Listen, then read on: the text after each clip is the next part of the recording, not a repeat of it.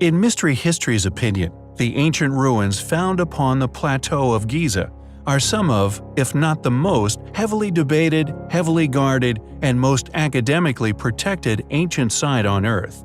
Yet it remains one of the most talked about, mysterious, intriguing, ancient stonework of them all. Many people are now aware of the anomalies, which were once tightly controlled secrets surrounding the exterior features of the build, and, more importantly, the achievements that these feats once were. These inexplicable factors, the size of the megalithic exoskeleton, the vastly different ages of the casing stones, are now thought by many as the defining motive for a cover-up regarding the pyramid's true age and original purpose.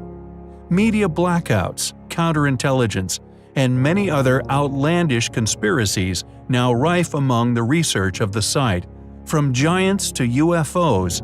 The ideas and theories people have put forward for their function, or indeed, what could be hidden in voids constantly discovered yet to be penetrated, these hidden rooms, along with their ancient entrances, remain a complete enigma, even in recent years, as advances in penetrative radar become a reality and accessible to self-funded individuals and research teams.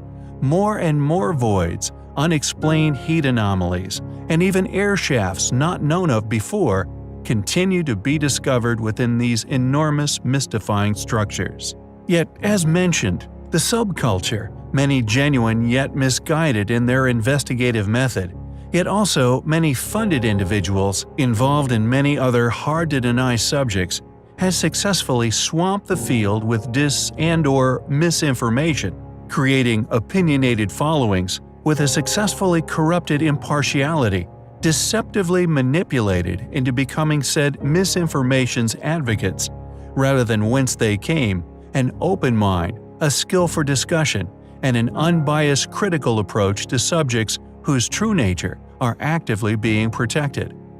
The predictably far fewer articles, books, and other logical, critical, impartial to all but fact, unwavering competent research done by many capable individuals, although adrift within an ocean of fallacy, shines much light upon some highly compelling yet albeit highly controversial features of the Plateau of Giza, features which may one day lead us to ultimately unlocking the pyramid's secrets and allowing us to finally understand what these structures' past functions truly were, not only in detail, but perhaps in an attempt of replication.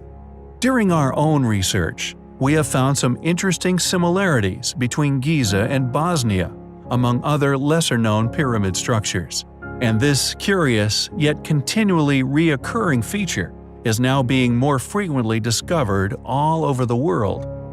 The Great Pyramid of Bosnia, for example, a site discovered by Samir Osmanagic, has an ingenious river, which, after 3 years of research, was confirmed by him and his team to have had an artificial current. The reason for this is currently unknown, but it seems water was a significant factor in the past function of these ancient structures. Water is a curious thing, and in many situations acts just like that of electricity. It runs in currents and travels through tubes like electric through cables. Yet no one seems to know what electricity is.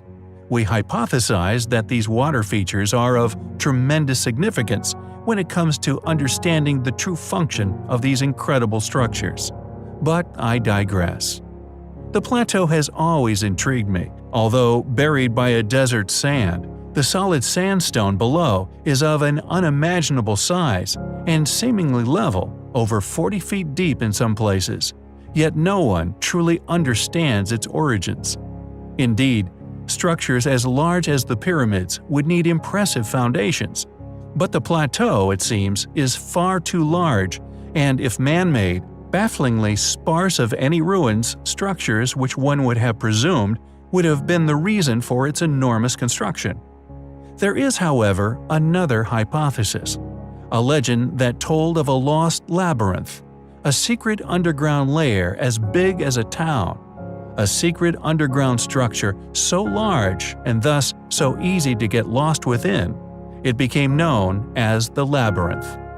long spoke of but always dismissed as mythological. This due to a lack of any substantial evidence for its existence.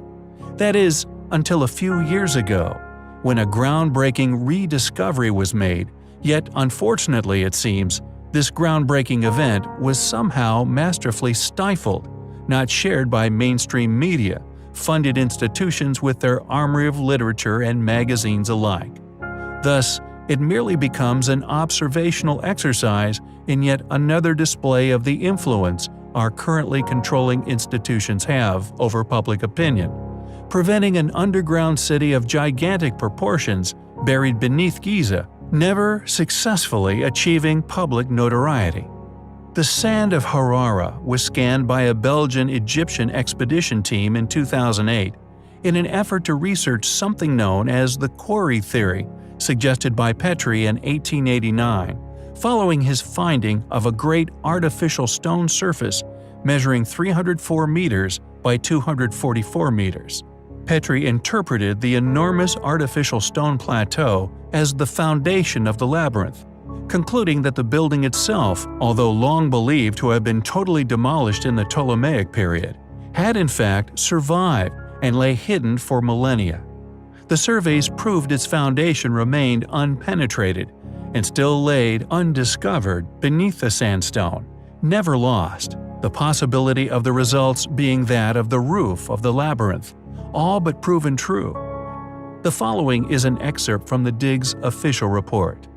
Quote, "Underneath this upper zone, below the artificial stone surface, appears, in spite of the turbid effect of the groundwater, at a depth of 8 to 12 meters, a grid structure of gigantic size, made of a very highly resistant material like granite stone.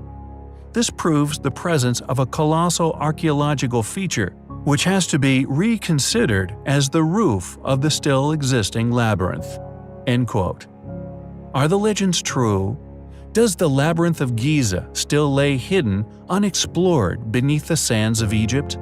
We find the evidence to suggest such highly compelling. Hey guys, so a few months back I shared with you the story of adventurous geologists who had trekked far into the cold wilderness of Russia in an effort to catalog the largest megalithic site on Earth. So remote, they are steeped in legends of snow yetis and mysterious monsters devouring all who dare to venture into these remote areas. When I shared the amazing images of these stone structures, many argued that they were natural formations. Maybe because they struggled to conceive such enormous ancient ruins in such remote places. Discoveries that seem to be many hundreds of thousands of years old. Maybe even as old as the giant Sphinx. More and more is being learnt about them. With ever more daring explorations of the ruins being undertaken, a team discovered a vault in one of the stone megaliths. An access vault that led them into an artificially made stone cavern system. These underground structures are truly massive and are undoubtedly constructed by an intelligent builder. Hidden for many millennia, these caverns are not only massive, but constructed using blocks placed upon one another that are over 50 feet in length in some instances, making these stones many thousands of tons in weight, seemingly placed effortlessly into the shape of underground walls. This discovery has not really shed light upon how the ancients built such structures, but rather pushed their apparent capabilities farther from our understanding.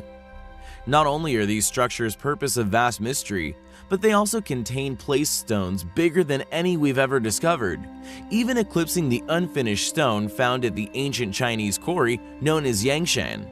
A stone can be found here half cut away from the bedrock, in excess of 16,000 tons, thought by scholars throughout time to have been left at the quarry due to them not being able to move it. Yet, here we have stones placed into a cave system designed which even outweigh Yangshan. This not only proves they could move them, but lift them and work them.